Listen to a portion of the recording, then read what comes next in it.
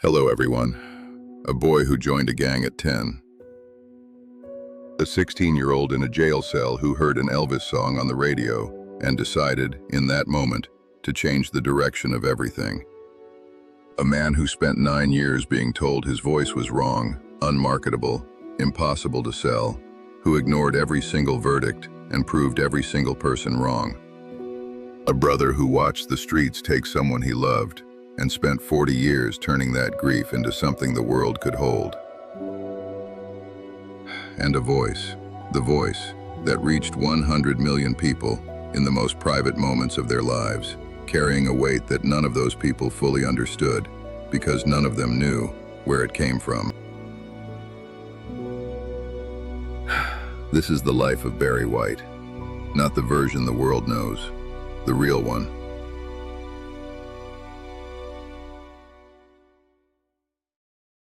South Central, 1944 to 1958. Barry Eugene Carter was born on September 12, 1944, in Galveston, Texas. His family moved to South Central Los Angeles shortly after, to a neighborhood that was, in the years after the Second World War, becoming one of the most consequential places in American music. The studios were nearby, the session musicians passed through. The infrastructure of the recording industry was being built within driving distance of streets that had no access to it. His father left early, left in the way that fathers sometimes leave, gradually, then completely, until the absence was simply the permanent condition of the house. His mother, Sadie, worked. She worked the way that women in that neighborhood worked, constantly, without stopping, with the understanding that stopping was not something the situation permitted. Barry and his brother Darryl grew up in the space that remained. The streets of South Central in the 1950s were not a place that held still. They offered young men without fathers a version of structure that the legitimate world had withheld. Belonging, recognition, the particular security of being known by name in a place that would otherwise have no reason to know you existed. Barry watched the streets make this offer. He accepted it at 10 years old. Darryl accepted it differently. Darryl went all the way in, magnetic, fearless, the kind of person a neighborhood builds stories around. Barry watched his brother walk into that world the way you watch someone walk into deep water, slowly, then all at once. He would carry Darryl for the rest of his life. The jail cell, 1960. By 1960, Barry White was 16 years old, and the arithmetic of his life had narrowed considerably. 6 years of gang life, a charge involving stolen Cadillac tires, a sentence of 4 months in Los Angeles County Jail. He went in. The jail processed him the way it processed everyone, with the indifference of a system that has seen too many young men to find any single one remarkable. His name went on a form, his belongings went into a bag, the door closed behind him. And then, in those 4 months, on a cell block somewhere in Los Angeles County, a radio played an Elvis Presley song. He had never cared about Elvis Presley. Elvis was a white man from Mississippi who had taken something from black music and built a career from it. That was the story on the street, and it was not a story that invited admiration. But in a cell, with nothing else to do, Barry White listened. What he heard was not the cultural politics of the music. What he heard was something the melody was doing, something about the way it built and released, the way it moved through him before he had decided to let it.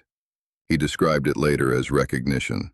Not of Elvis, of music itself, of what a sound could do to a person, what it could access, what it could move. He made a decision, not a vow, not a resolution, something quieter than that and more durable. A direction, away from the streets that had taken Darryl, towards something that an Elvis Presley song of all things had shown him was possible. He walked out of Los Angeles County Jail in the summer of 1960, 16 years old, with a direction he had not had before. The invisible years, 1960 to 1972. The 12 years that followed were not the years anyone tells stories about. They were the years of invisible work, of sessions booked at odd hours, of borrowed money and borrowed time, of learning the music business from the inside, as a session musician, as a producer, as an arranger, developing a musical intelligence that was, by any honest assessment, extraordinary, without producing anything visible enough for the world to notice. The music industry in Los Angeles had a very specific verdict on Barry White's voice. Too deep, too unusual, no market for it. He played his demos for the people whose job it was to say yes or no to things. The answer was almost always a version of the same thing. Interesting, but not quite right. Keep in touch. He kept in touch. He also kept working. Not toward a modified version of himself that the industry would find more acceptable, but toward the clearest possible expression of what he already was. He was developing something in those years that the labels were not equipped to evaluate, the specific relationship between a voice and the orchestration around it, the architecture of a sound. He found Gene Page. Gene Page was an arranger, a man with classical training and a musical intelligence built for the orchestra. He understood the orchestra not as decoration applied to a song after the fact, but as a structural element, as fundamental to emotional meaning as the melody itself.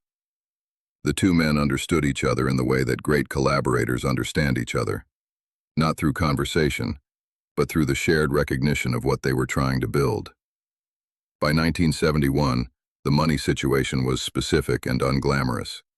Barry White was borrowing from friends to keep a recording project alive. He had found 3 young women, Love Unlimited he was calling them, whose voices, in combination, he was certain about in the way that he had been certain about very few things. His certainty was not yet transferable to anyone who controlled money. He made the calls. He borrowed what he could. He kept building. The Love Unlimited record came out in 1972. It moved enough to prove the sound was real, enough to buy him a small amount of credibility and a slightly larger amount of studio access. He started recording his own voice. He had not intended to be a performer. He had intended to produce. But somewhere in the process of building Love Unlimited, he had begun to hear his own voice differently, not as an instrument that did not fit the available categories, but as an instrument that required a category that did not yet exist. The Arrival, 1973 to 1974. The first Barry White single came out in the spring of 1973. I'm Gonna Love You Just a Little More, Baby went to number 3 on the Billboard Hot 100. It went higher on the R&B chart. It was played on radio stations across the country, in cars, in living rooms, in kitchens, in the small private spaces where people receive music not as a performance but as a presence. The labels that had passed called back. The managers who had not returned his calls returned his calls. The industry that had spent 12 years explaining why Barry White was not quite right for the market began, with the particular smoothness of institutions that do not acknowledge having been wrong, to find him very interesting indeed. He went back to work. Gene Page built the orchestrations to their full scale, the strings, the horns, the dense and warm and specific arrangements that gave the voice the architecture it had always needed. The sound that owes sessions was not one person's creation. It was 2 people's creation. But the world, in the way that the world distributes its attention, heard one name and kept reading past the other. Barry White married Glodine James, one of the singers from Love Unlimited, the group he had believed in before anyone else agreed to. The woman who had been part of the project from the beginning was now also the person he came home to. In September 1974, Barry White walked onto the stage of a sold-out arena in London. 17,000 people. 3 years after borrowing money from friends. 12 years after the jail cell. 14 years after the decision made on a cell block with an Elvis song on the radio. Nobody in that arena knew those numbers, but they felt what those numbers had produced. In the voice, in the weight of it, in the specific kind of warmth that only comes from a person who has been somewhere cold and came back with something worth giving. The Legacy, 1974 to 2003.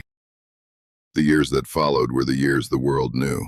Record after record, tour after tour, the sold-out arenas across 3 continents, the voice that became the backdrop for a generation's most private experiences, the couples who associated his name with the most important moments of their lives, the people who played his records in the dark when nothing else reached them.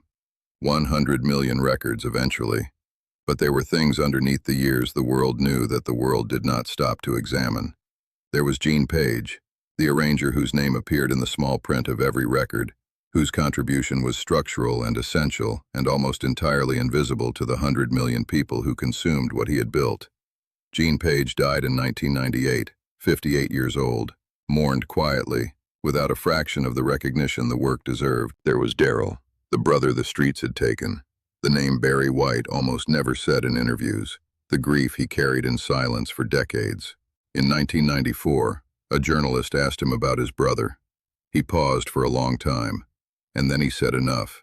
Enough to understand that some of what he had been making, in the music, in the voice, in the specific quality of warmth and weight that people heard and could not fully explain, was for Darryl, for the people who did not get out, for the lives the streets consumed without anyone outside those streets stopping to mourn them properly. There was the voice itself, the one the industry had spent 9 years returning, the one that had no market, the one that ended up reaching more people than most of the voices the industry had decided were right. Barry White died on July 4, 2003. He was 58 years old.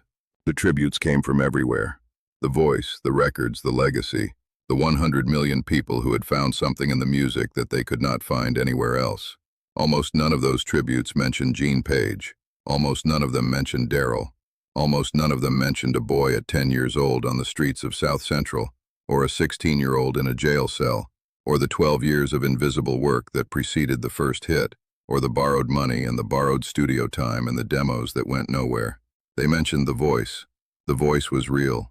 The voice mattered. But the voice was the end of a story that almost no one knew. A story that began in a neighborhood that the world had decided not to watch, continued through a jail cell and a decade of rejection, and a grief that was carried in silence, and arrived, finally, at a microphone in a recording studio in Los Angeles, where a man who had been through all of it opened his mouth and gave the world something it had not known it needed. That is the life of Barry White, not the version that fits in a tribute, the real one, the one that explains why the music sounds the way it does, the one in the small print. And now, you know it.